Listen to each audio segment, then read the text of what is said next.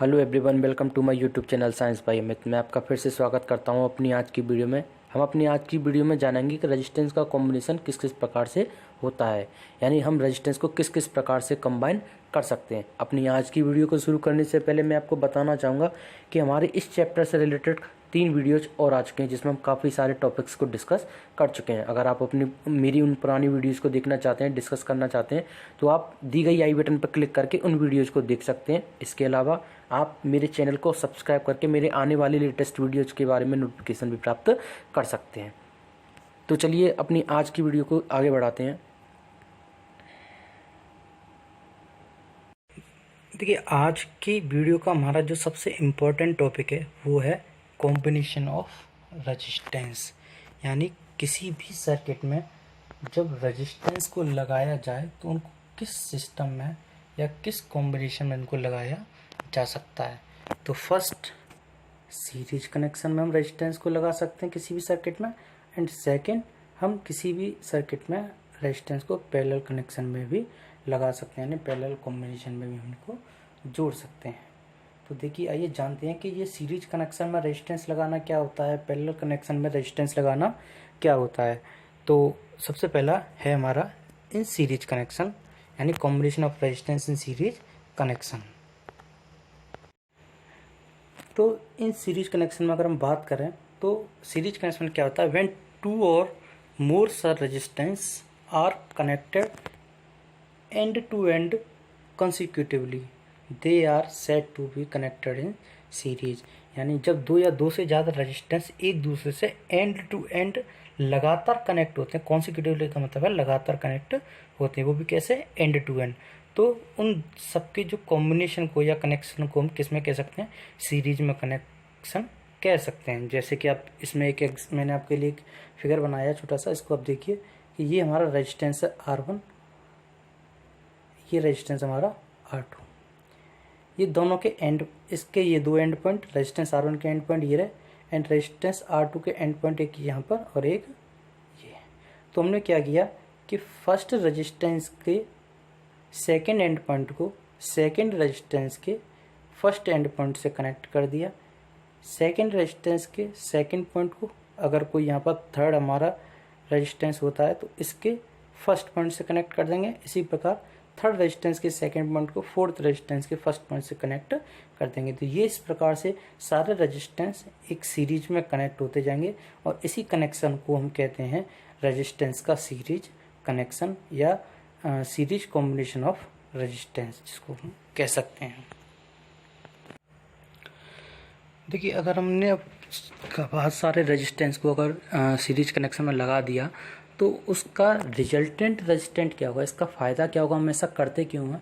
तो देखिए, जब भी हमें किसी भी सर्किट में रेजिस्टेंस को यानी टोटल रेजिस्टेंस को बहुत ज़्यादा करना होता है कि जिससे करंट का अमाउंट काफ़ी कम हो, तो हम रेजिस्टेंस को सीरीज कनेक्शन में जोड़ देते हैं। क्यों? क्योंकि जब सीरीज कनेक्शन में जोड़ते हैं तो उनका जो रिजल्टेंट आर होता है, ये रिजल्टेंट आर यानी जो टोटल रेजिस्टेंस होता है वो काफ़ी ज़्यादा हाई हो जाता है, और उस जब रेजिस्टेंस बहुत ज़्यादा हाई हो जाएगा टोटल, तो उससे करंट बहुत कम फ्लो होगा या करंट कम फ्लो होगा कंपेरेटिव टू जब पहले अलग अलग कनेक्ट थे या कनेक्ट नहीं थे सीरीज कनेक्शन में। तो देखिए,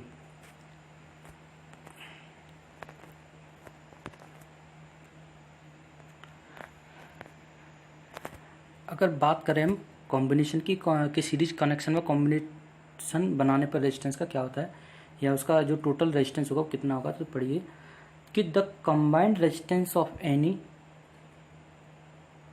resistance connected in series is equal to the sum of the individual resistance. यानी ये कह रहा है कि किसी भी रेजिस्टेंस, जब किसी भी रेजिस्टेंस को या किन्हीं रेजिस्टेंस को किसी सीरीज में कंबाइंड किया जाता है तो उनका जो सम इक्वल होता है, उनको जोड़ने पर जो हमारा सम आता है वो इक्वल होता है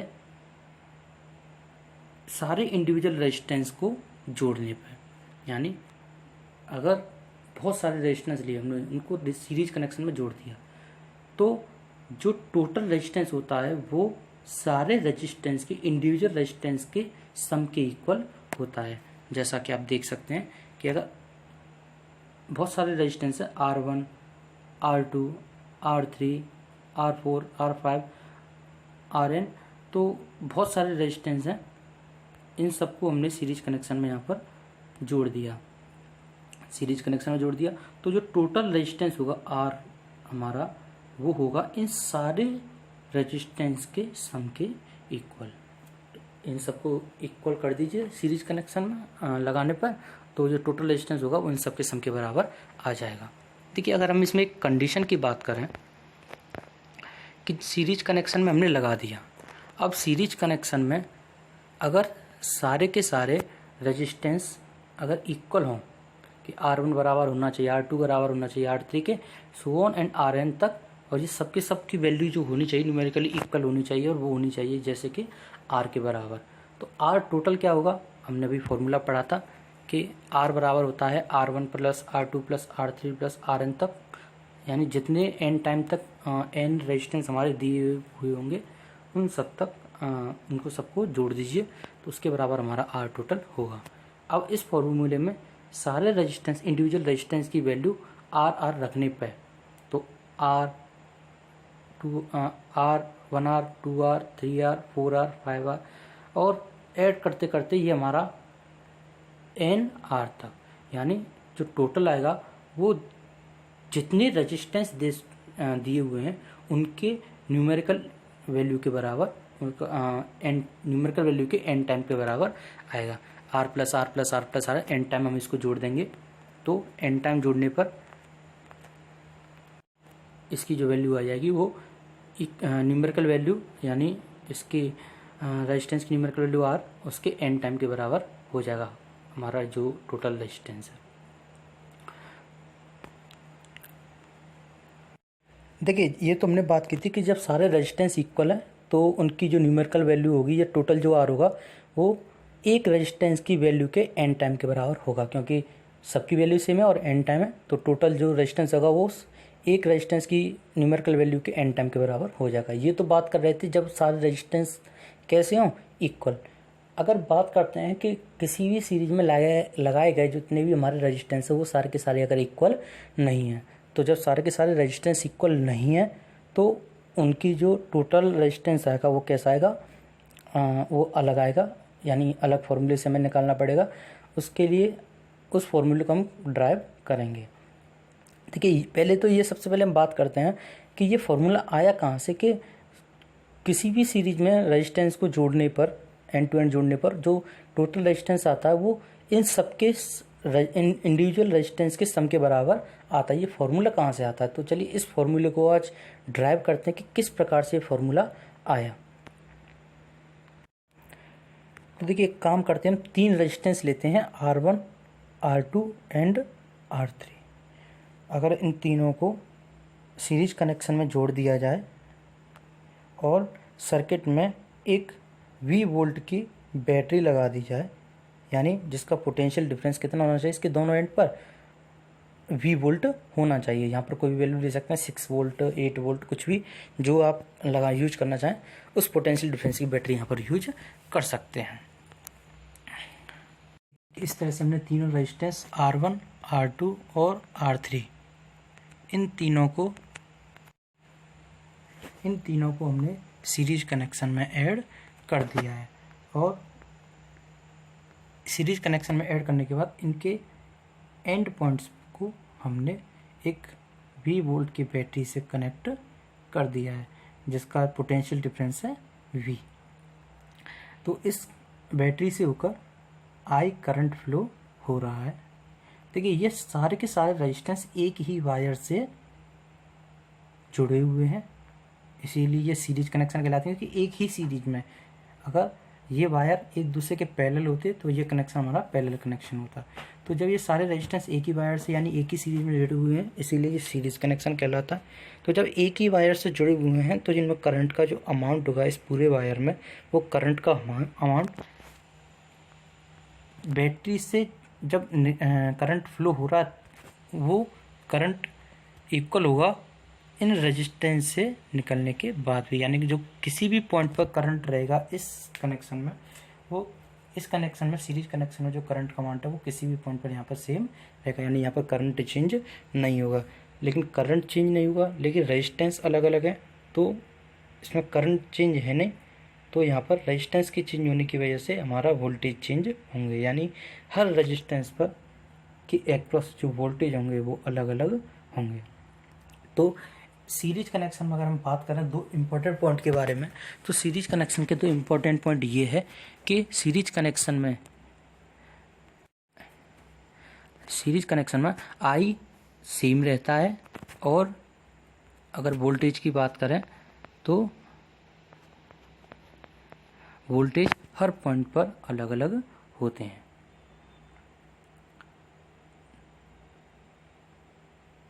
वी डिफरेंट होता है। तो जैसा कि आपको बताया मैंने कि सीरीज कनेक्शन में करंट सेम रहता है और पोटेंशियल डिफरेंस हर रेजिस्टेंस के अक्रॉस अलग अलग होता है। इसीलिए जो टोटल रेजिस्टेंस, लेकिन देखिए हमने जो बैटरी लगाई है उसका टोटल पोटेंशियल डिफरेंस है V, तो हर रेजिस्टेंस के पर जो अक्रॉस जो पोटेंशियल डिफरेंस है वो अलग अलग तो होगा, लेकिन अगर टोटल रेजिस्टेंस की बात करें तो टोटल रेजिस्टेंस इक्वल होना चाहिए हर रेजिस्टेंस के अक्रॉस में जो इंडिविजुअल हमारा पोटेंशियल डिफरेंस है, यानी total potential difference equal to होना चाहिए रेजिस्टेंस R1 के across potential difference, resistance R2 के अक्रॉस पोटेंशियल डिफरेंस और रेजिस्टेंस R3 के लिए अक्रॉस पोटेंशियल डिफरेंस। इन सारे पोटेंशियल डिफरेंस को ऐड कर देने पर हमारा टोटल पोटेंशियल डिफरेंस आना चाहिए। करंट के बारे में तो बात ही क्या करेंगे, क्योंकि करंट तो इस पूरे की पूरी सर्किट में, सीरीज सर्किट में सेम रहेगा। तो इस total potential difference equal to V1 plus V2 plus V3, इसको हम मान लेते हैं एक इक्वेशन मान लेते हैं और इसको इक्वेशन नंबर दे देते हैं 1। तो देखिए जैसा कि आपको बताया था मैंने कि पहले भी प्रीवियस वीडियो में आप अगर पढ़ेंगे कि पोटेंशियल डिफरेंस इक्वल टू होना चाहिए या वोल्टेज इक्वल टू होते हैं करंट इनटू रेजिस्टेंस के, यानी V बराबर IR।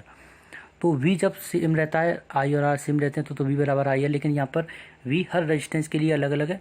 तो फर्स्ट रेजिस्टेंस के लिए बात करें पोटेंशियल डिफरेंस की बात करें तो फर्स्ट रेजिस्टेंस के क्रॉस पोटेंशियल डिफरेंस है V1, तो V1 बराबर होना चाहिए I इंटू, क्योंकि रेजिस्टेंस हर किसी के लिए अलग अलग है, तो V1 बराबर होना चाहिए I इंटू R1, V2 होना चाहिए I into R2 and V3 होना चाहिए I इंटू R3 के, यानी V1 बराबर IR1, V2 बराबर IR2 एंड V3 बराबर IR3। इनको हम रेस्पेक्टिवली इक्वेशन नंबर देते हैं सेकंड, थर्ड एंड फोर्थ।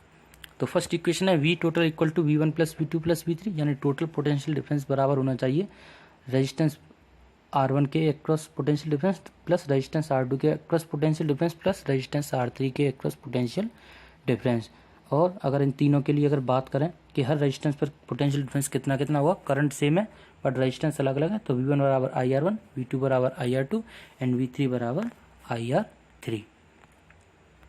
जब हम चारों इक्वेशन को एक साथ कंबाइन करते हैं, यानी equation number second, third and fourth की वैल्यू को इक्वेशन फर्स्ट में पुट करते हैं, तो जैसा कि हमने पढ़ा था कि V टोटल बराबर होना चाहिए V1 plus V2 plus V3 के, और equation number second, third and fourth से देखा था कि V1 बराबर IR1, V2 बराबर IR2 एंड V3 बराबर IR3, यानी equation number second, third and fourth से V1, V2, V3 की वैल्यू हमने इस इक्वेशन नंबर 1 में पुट कर दी।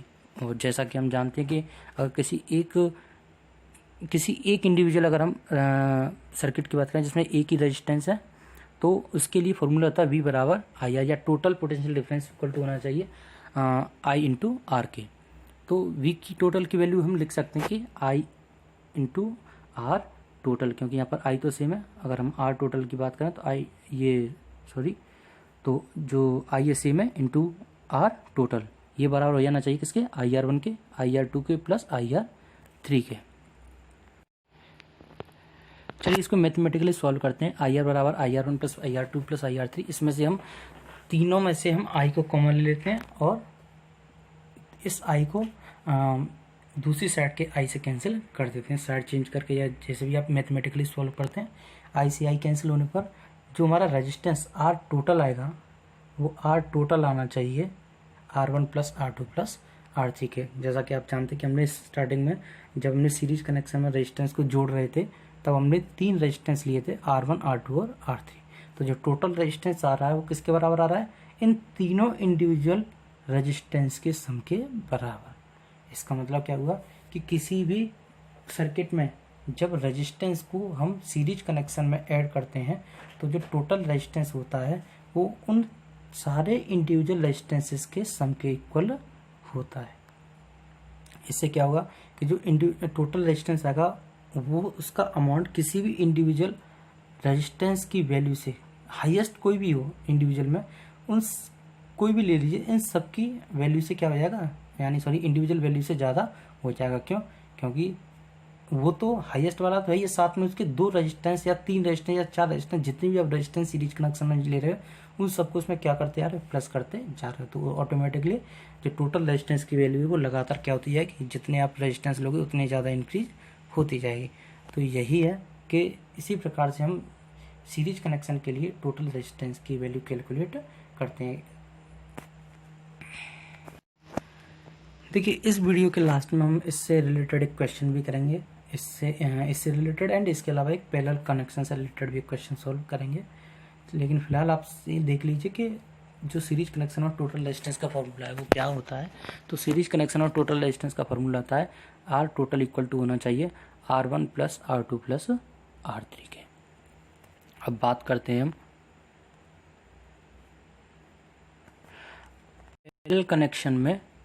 पैरेलल कनेक्शन में रेजिस्टेंस की कॉम्बिनेशन के बारे में, कि किसी भी सर्किट में अगर पैरेलल कनेक्शन में रेजिस्टेंस को जोड़ा जाए तो जो टोटल रेजिस्टेंस होगा वो क्या होगा या ये चीज़ क्या होती है। तो सबसे पहले हम इसकी डेफिनेशन जानते हैं कि पैरेलल कनेक्शन में रेजिस्टेंस को जोड़ना होता क्या है। देखिए, जब when 2 or more resistances are connected between the same 2 point, यानी जब 2 पॉइंट के बीच में ही सारे रेजिस्टेंसेस को क्या कर दिया जाए, जोड़ दिया जाए। ये कैसे पॉसिबल है? एक के ऊपर एक, ऊपर नीचे करके, यानी एक दूसरे के बिल्कुल पैरेलल सिस्टम में अगर इनको क्या किया जाए, जोड़ दिया जाए। यानी सारे के सारे वायर्स का पहला पॉइंट पहले पॉइंट से दूसरा पॉइंट दूसरे पॉइंट से, सारे के सारे रेजिस्टेंस जितने भी रेजिस्टेंस है सबके फर्स्ट पॉइंट को किसी भी वायर के फर्स्ट पॉइंट से और सेकंड पॉइंट को उस वायर के सेकंड पॉइंट से कनेक्ट कर दिया जाए। तो इसके लिए हमें अलग अलग वायर्स ले लेने पड़ेंगे पैरेलल सिस्टम में, पैरेलल कनेक्शन में। तो इसी वजह से ये जो कनेक्शन होता है वो पैरेलल कनेक्शन होता है। तो आइए एक बार डेफिनेशन के बारे में पढ़ने को दोबारा से। When 2 or more resistances are connected between the same 2 points, they are said to be in parallel connection। यानी जैसा कि बता चुका हूँ कि जब रेजिस्टेंसेस के सेम एंड को सेम पॉइंट से जोड़ा जाए तो इस प्रकार का जो कनेक्शन होता है वो पैरेलल कनेक्शन कहलाता है। जैसा कि आप इस डायग्राम में देख सकते हैं, मैंने दो यहाँ पर रेजिस्टेंस लिए R1 और R2, जो कि आपके इस सिस्टम में जुड़े हुए हैं। R1 ये R2, ये R1 का A पॉइंट, ये R2 का B पॉइंट, सॉरी R2 का B पॉइंट और ये R2 का A पॉइंट। और यहाँ पर बात करें तो ये R1 का A पॉइंट और ये R1 का B पॉइंट। देखिए दोनों का फर्स्ट पॉइंट A से और दोनों का सेकंड पॉइंट या जो लास्ट पॉइंट है वो B से कनेक्ट है।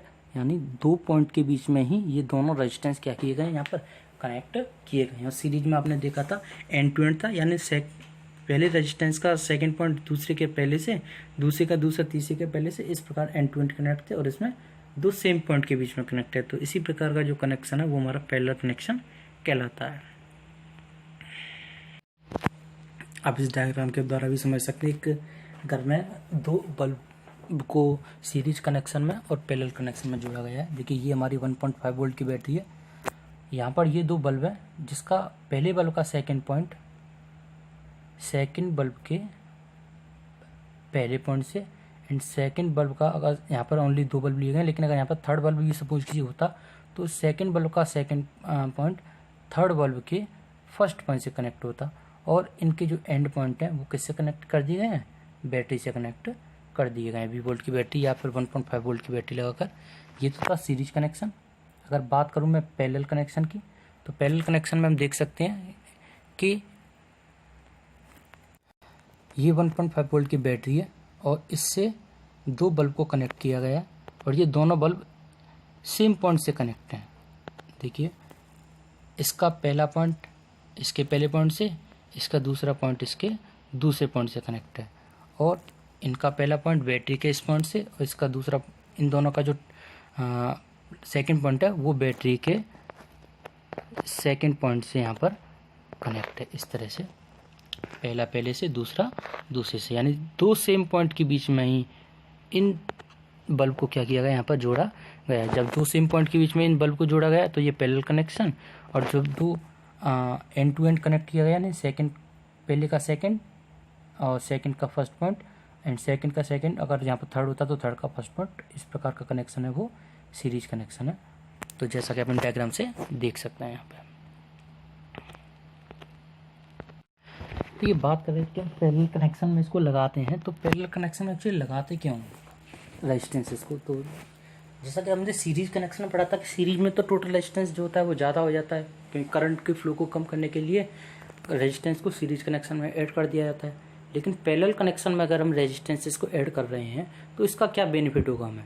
तो इसका बेनिफिट हमें ये होगा कि अगर हमें करंट की फ्लो को बढ़ाना है और हमारे सर्किट में काफ़ी सारे रेजिस्टेंसेस हैं, तो उन रेजिस्टेंस को क्या कर दीजिए, आप पैरेलल कनेक्शन में ऐड कर दीजिए। क्यों? क्योंकि देखिए पढ़ते हैं आगे इसमें कि द रेसिप्रोकल ऑफ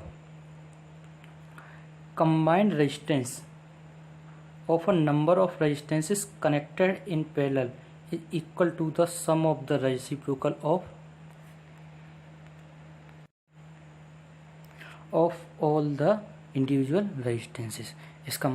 इसका मतलब है कि जितने भी रेजिस्टेंसेस को अगर हम रेजिस्टेंसेस को पैरेलल कनेक्शन में ऐड कर रहे हैं, तो जो कंबाइंड रेजिस्टेंस हमारा आएगा उस कंबाइंड रेजिस्टेंस का रेसिप्रोकल, यानी रेसिप्रोकल का मतलब है, कंबाइंड रेजिस्टेंस के रेसिप्रोकल का मतलब है 1/R टोटल, यानी जो कंबाइंड रेजिस्टेंस R टोटल आएगा उसका रेसिप्रोकल बराबर होना चाहिए इंडिविजुअल जितने भी हमारे रेजिस्टेंसेस हैं उनके रेसिप्रोकल के सम के बराबर। जैसा कि आप देख सकते हैं कि कंबाइंड रेजिस्टेंस का जो रेसिप्रोकल है वो बराबर है हर इंडिविजुअल रेजिस्टेंस के रेसिप्रोकल के सम के बराबर। यानी अगर हम किसी भी सर्किट में n रेजिस्टेंसेस को ले रहे हैं, या फिर n रेजिस्टेंसेस को ले रहे हैं जिसकी सबकी वैल्यू अलग अलग है, तो जो कंबाइंड रेजिस्टेंस का रेसिप्रोकल यानी 1/R टोटल आएगा वो आएगा हमारा 1/R1 plus 1/R2 plus 1/R3 and so on 1/Rn तक, यानी जितने भी आप रेजिस्टेंस ले रहे हैं उन सबके रेसिप्रोकल के सम के बराबर आता है। तो इसमें भी एक कंडीशन लेते हैं कि सपोज कीजिए इसमें भी सारे जितने भी रेजिस्टेंसेस हैं वो सारे के सारे रेजिस्टेंस इक्वल हों, तो क्या होगा, तो R1 बराबर R2 बराबर R3 and Rn so on Rn equal to होना चाहिए, एक इक्वल वैल्यू R के बराबर होने चाहिए होंगे। तो जो R टोटल का हमने फॉर्मूला पढ़ा था 1/R टोटल का कि 1/R1 plus 1/R2 plus 1/R3, इन सब की वैल्यू में, क्योंकि इन सारे रेजिस्टेंसेस की वैल्यू सेम है तो इन सब की वैल्यू सेम रख देते हैं 1 plus 1 plus 1/R plus 1/R plus 1/R so on, and कब तक इनको ऐड करते हैं n टाइम, यानी जितने अपने रेजिस्टेंस लिए हैं।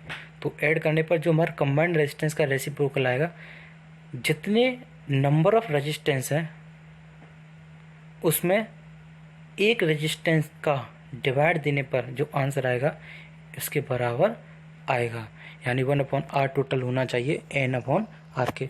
सॉल्व कर लीजिए आप, 1/R टोटल बराबर 1/R प्लस 1/R, तो इनका एलसीएम सेम आएगा R, एंड n टाइम जोड़ रहे हैं तो इनको जोड़ने पर इसका जो ऊपर इनका जो न्यूमरेटर आएगा वो आएगा n। तो 1/R टोटल या कंबाइंड रेजिस्टेंस का जो रेसिप्रोकल होगा वो होना चाहिए n/R के। यहाँ पर n है number of resistance and R है रेजिस्टेंसेस की वैल्यू। देखिए बात करते हैं कि ये जो फॉर्मूला था कि 1/R टोटल या कंबाइंड रेजिस्टेंस का रेसिप्रोकल बराबर होना चाहिए इंडिविजुअल रेजिस्टेंसेस के रेसिप्रोकल के सम के बराबर, तो ये फॉर्मूला कहाँ से आया इसके बारे में भी इसको भी हम ड्राइव करेंगे। तो आइए इसको ड्राइव करते कि ये किस प्रकार से फॉर्मूला आता है कि किसी भी सर्किट में रेजिस्टेंसेस को पैरेलल कनेक्शन में जोड़ने पर उनके कंबाइंड रेजिस्टेंस का रेसिप्रोकल इंडिविजुअल रेजिस्टेंस के रेसिप्रोकल के सम के बराबर होता है। तो देखिए चलिए सपोज करते हैं यहाँ पर भी हम 3 रेजिस्टेंस लेते हैं R1 R2 एंड R3, और उनको भी एक पैरेलल कनेक्शन में जोड़ देते हैं। और पैरेलल कनेक्शन में जोड़ने के बाद उनके एंड्स पर एक V वोल्ट की बैटरी को लगा देते हैं, अप्लाई कर देते हैं इन सबके इनके एंड पॉइंट पर। इस तरह से आप इस फिगर में आप देख सकते हैं कि ये आपके R1, R2 एंड R3 तीनों इनको दो सेम पॉइंट्स के बीच में कनेक्ट कर देगा। इनका फर्स्ट पॉइंट है वो सेम पॉइंट ए से, इनका जो सेकंड पॉइंट है वो सेम पॉइंट बी से कनेक्ट कर देगा। यानी दो सेम पॉइंट के बीच में ही इन तीनों को क्या कर देगा, यहाँ पर लगा दिया गया है। और इनके एंड पॉइंट से एक बैटरी कनेक्ट कर दी है जिसका पोटेंशियल डिफरेंस है V वोल्ट, और इनसे होकर एक I करंट फ्लो हो रहा है। चलिए कि यहाँ पर अगर एक इम्पोर्टेंट बात करें तो यहाँ पर एक इम्पोर्टेंट बात ये है कि हमने पढ़ा था कि सीरीज कनेक्शन में सारे के सारे रेजिस्टेंस एक ही वायर से कनेक्ट थे, तो उसमें जो करंट का अमाउंट था वो एक वायर में ही जा रहा था, इसीलिए करंट का अमाउंट यहाँ पर वहाँ पर डिस्ट्रीब्यूट नहीं हुआ था। तो करंट का अमाउंट वहाँ पर कैसा था, सेम था। और वोल्टेज वहाँ पर डिस्ट्रीब्यूट हो रहे थे, इसीलिए वहाँ पर वोल्टेज क्या हो गया था, अलग अलग रेजिस्टेंस पर जो वोल्टेज थे वो अलग अलग थे। लेकिन यहाँ पर क्या हो रहा है, देखिए कि जो तीनों रेजिस्टेंस हैं वो अलग अलग वायर से क्या है यहाँ पर कनेक्ट है। देखिए V वोल्ट से I करंट यहाँ पर फ्लो होगा, तो I करंट फ्लो होने पर I करंट यहाँ भी जाएगा, इस वायर में भी जाएगा, यानी इस रेजिस्टेंस से होकर भी जाएगा, इस रेजिस्टेंस से होकर भी जाएगा, और साथ में इस थर्ड वाले रेजिस्टेंस के वायर से होकर भी जाएगा। तो सेम करंट जब तीन वायर में जाएगा तो ऐसा तो है नहीं कि करंट का अमाउंट तो फिक्स अमाउंट है किसी भी वायर में। अगर आप करंट की अगर बात करें तो करंट जो होगा उसका अमाउंट फिक्स है। जब फिक्स अमाउंट तीन अलग अलग जगह पर जाएगा तो वो सेम नहीं कह सकते, बट रेजिस्टेंस के अकॉर्डिंग वो क्या हो जाएगा, डिस्ट्रीब्यूट हो जाएगा, अलग अलग वायर में अलग अलग अमाउंट में डिस्ट्रीब्यूट हो जाएगा। जिसका जैसा रेजिस्टेंस, अगर रेजिस्टेंस कम है तो ज़्यादा करंट, एंड रेजिस्टेंस ज़्यादा है तो कम करंट। तो ये करंट जो है पैरेलल कनेक्शन में क्या होता है, डिफरेंट होता है, क्योंकि यहाँ पर करंट क्या हो जाता है, पैरेलल कनेक्शन में डिस्ट्रीब्यूट हो जाता है। अगर बात करें वोल्टेज की तो आप देख सकते हैं कि तीनों के तीनों रेजिस्टेंस जो हमने माने कि तीन रेजिस्टेंस ले रहे हैं, वो तीनों इनका बैटरी के एक ही पॉइंट से कनेक्ट है। यानी बैटरी की से सीरीज में क्या था कि अलग अलग पॉइंट कनेक्ट थे, फर्स्ट का कनेक्ट था, लास्ट वाले का कनेक्ट था, तो बीच वाले जो रेजिस्टेंस था उसका सिरा या उसका जो पॉइंट्स थे वो कनेक्ट नहीं थे। यहाँ पर सारे के सारे रेजिस्टेंस का सेम पॉइंट बैटरी से कनेक्ट है, सेम पॉइंट, यानी ये फर्स्ट पॉइंट प्लस पॉइंट से, प्लस टर्मिनल से, और सेकंड पॉइंट जो बी पॉइंट है वो नेगेटिव टर्मिनल से। यानी इनके बीच में जो पोटेंशियल डिफरेंस होगा वो बैटरी के पोटेंशियल डिफरेंस के बराबर ही होगा। तो हम कह सकते हैं कि जो हमारा पैरेलल कनेक्शन है जिसमें हम रेजिस्टेंस को ऐड करते हैं पैरेलल कॉम्बिनेशन में, वहाँ पर जो पोटेंशियल डिफरेंस है वो हमारा सेम रहता है। यानी करंट तो पैरेलल कनेक्शन में अलग अलग होता है और पोटेंशियल डिफरेंस कैसा रहता है, सेम रहता है। आगे बढ़ते हैं इसमें कि किस प्रकार से इनका कम्बाइंड रेजिस्टेंस का रेसिप्रोकल इंडिविजुअल रेजिस्टेंस के रेसिप्रोकल के सम के बराबर आता है। तो देखिए जैसा कि हमने पढ़ा कि पैरेलल कनेक्शन में पोटेंशियल डिफरेंस जो होता है वो हर रेजिस्टेंस के लिए कैसा रहता है, सेम रहता है, इक्वल रहता है। और जो करंट होता है वो हर वायर के लिए या हर रेजिस्टेंस के वायर के लिए कैसा रहता है, अलग अलग रहता है। तो जो टोटल करंट होगा वो कैसा रहेगा, हर वायर में जो अलग अलग करंट क्या हुआ है, प्रोड्यूस हुआ या फ्लो हो रहा है, उन सब के टोटल के बराबर ही वो करंट होगा। यानी उन वायर में जितना जितना करंट फ्लो हो रहा है उन सब के करंट के अमाउंट को क्या कर दीजिए, ऐड कर दीजिए, तो जो करंट होगा उसका टोटल मिल जाएगा।